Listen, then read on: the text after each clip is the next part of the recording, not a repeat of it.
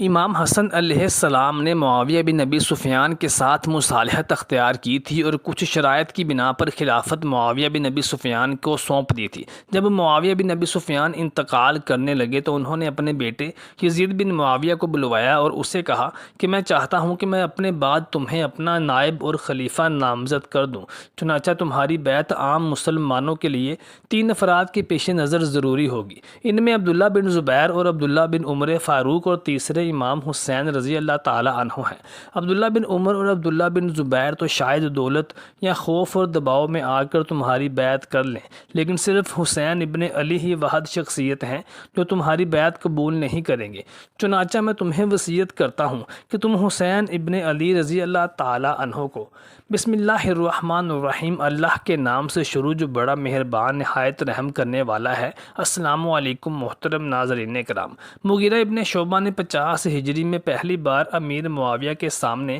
خلافت کو ان کے خاندان میں منتقل کرنے اور یزید کو ولی عہد مقرر کرنے کی تجویز پیش کی اور کہا کہ عثمان کی شہادت کے بعد سے مسلمانوں میں جو اختلاف اور خون ریزی قائم ہوئی ہے وہ آپ کی نگاہوں کے سامنے ہے، اس لیے میری رائے میں یزید کی ولی عہدی کی بیعت لے کر اسے جانشین مقرر کر دینا چاہیے، تاکہ جب آپ کا وقت آخر آئے تو مسلمانوں کے لیے ایک سہارا اور جانشین پہلے سے موجود ہے اور ان میں اس طرح کی خون ریزی اور فتنہ فساد پیدا ہونے کا اندیشہ اور احتمال نہ ہو۔ یہ امیر معاویہ کے دل کی آرزو تھی، چنانچہ اس مشورے کو عملی جامہ پہنانے کے لیے معاویہ بن ابی سفیان نے اپنی زندگی میں ہی اپنے بیٹے یزید کو اپنا جانشین مقرر کر دیا، اور نہ صرف جانشین مقرر کر دیا بلکہ دوسرے صوبوں سے بھی اس کی بیعت لینے کا سلسلہ شروع کر دیا۔ اسی سلسلے میں اس نے مدینہ منورہ میں حضرت عبداللہ بن عمر، عبداللہ بن زبیر اور امام حسین علیہ السلام کو اپنا ٹارگٹ بنایا۔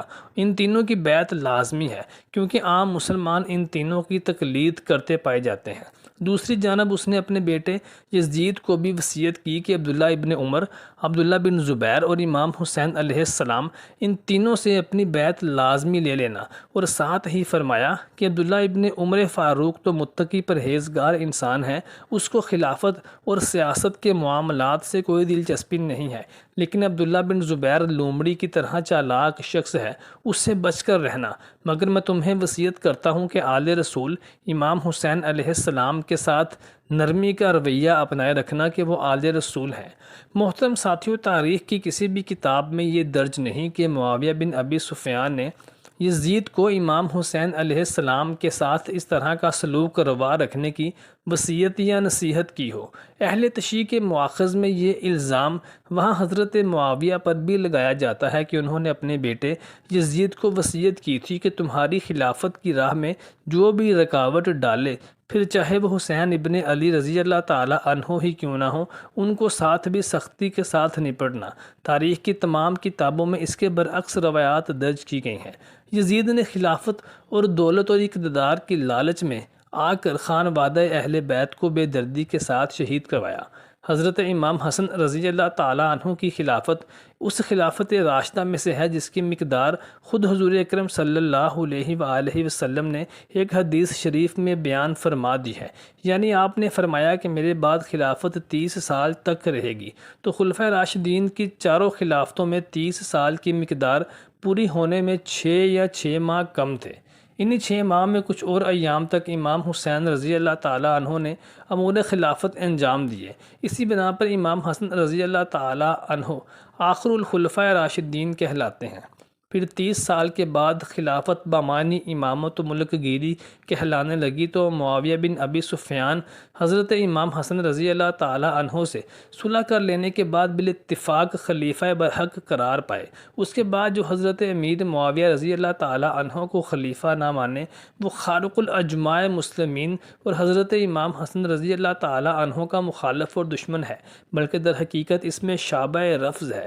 حضرت معاویہ بن ابی سفیان رضی اللہ تعالی عنہ یزید پلید کے فسق و فجور پر مطلع نہیں تھے اور انہیں اس کے عیوب کا علم نہیں تھا، اور یہ اپنی بدعملی اور فسق و فجور کو ان سے چھپاتا رہا اور ان کے پاس ایسے لوگ بھیجتا رہا جو اس کے حسن عمل کا ذکر کیا کرتے تھے۔ تو حضرت معاویہ بن ابی سفیان نے یزید کے حسن عمل پر اعتماد کر کے اسے اپنا ولی عہد اور اپنے بعد خلیفہ نامزد کر دیا۔ اور اگر انہیں اس کے فسق و فجور کی کوئی ادنا سی بات بھی معلوم ہو جاتی تو وہ اسے اپنے ولی عہدی ہرگز تجویز نہیں فرماتے۔ علامہ ابن حجر تطہیر الجنان والانسان میں فرماتے ہیں کہ حضرت معاویہ نے خطبہ پڑھا اور یہ دعا کی کہ اے اللہ، میں نے یزید کو ولی عہد اگر اس کے فضل کو دیکھ کر کیا ہے، بس اسے تو میری امید تک پہنچا اور اس کی مدد فرما، اور اگر محبت پدری نے مجھے اس کے لیے ابھارا تھا تو وہ میرے ولی عہدی کا اہل نہیں ہے، تو اسے اس منصب پر پہنچنے سے پہلے ہی موت دے دے۔ حضرت امیر معاویہ رضی اللہ تعالی عنہ اس یزید کے استخلاف میں معذور تھے، ان پر شرعاً کوئی مواخذہ نہیں کیا جا سکتا، لیکن جن لوگوں پر اس کا فسق و فجور ثابت ہو چکا تھا تو وہ ایسے فاسق و فاجر کی کس طرح سے بیعت کر سکتے تھے اور اسے کیوں اپنا خلیفہ مانتے؟ امام علی مقام امام حسین علیہ السلام بھی انہی حضرات میں سے تھے جن پر یزید کا فسق و فجور ثابت اور عیاں ہو چکا تھا، تو حضرت امام کا تقویٰ انہیں یہ اجازت ہی نہ دے سکتا تھا کہ وہ اپنی جان کی خاطر ایسے نااہل فاسق و فاجر کے ہاتھ پر بیعت کر لیں اور اہل اسلام کی تباہی اور شرع و احکام دین کی بے حرمتی کی پرواہ نہ کریں۔ امام حسین علیہ السلام فاسق کی بیعت کر لیتے تو اسلام کا نظام ہی درہم برہم ہو جاتا اور یزید کی ہر بدکاری کے لیے جواز کے لیے بیعت سند ہو جاتی اور شریعت اسلامیہ اور ملت حنفیہ کا نقشہ ہی مٹ جاتا۔ تو امام حسین علیہ السلام کی ذمہ داری کا یہی اقتضا تھا کہ وہ یزید جیسے فاسق و فاجر کی بیعت نہ کریں، مگر سوال کرنے والے کی یہ بڑی دلیری ہے اور سخت نادانی ہے کہ وہ کہتا ہے کہ امام حسین علیہ السلام کو یزید کی بیعت ضرور کرنی چاہیے تھی۔ اس کی اس سے زائد جرأت اور انتہائی لا علمی یہ ہے کہ وہ یہ بھی کہتا ہے کہ امام حسین علیہ السلام پر اس کی بیعت نہ کرنے کی بنا پر الزام بغاوت قائم کیا جائے گا۔ لہٰذا سوال کرنے والے کا لب و لہجہ ہی یہ پتہ دیتا ہے کہ وہ سائل غالباً خارجی ہے، کیونکہ امام علی مقام امام حسین علیہ السلام کے بارے میں جب مولانا مودودی سے پوچھا گیا کہ جب سب صحابہ نے یزید کی بیعت کر لی تھی تو امام حسین نے کیوں نہ کی، تو مولانا مودودی نے جواب دیا کہ جب حسین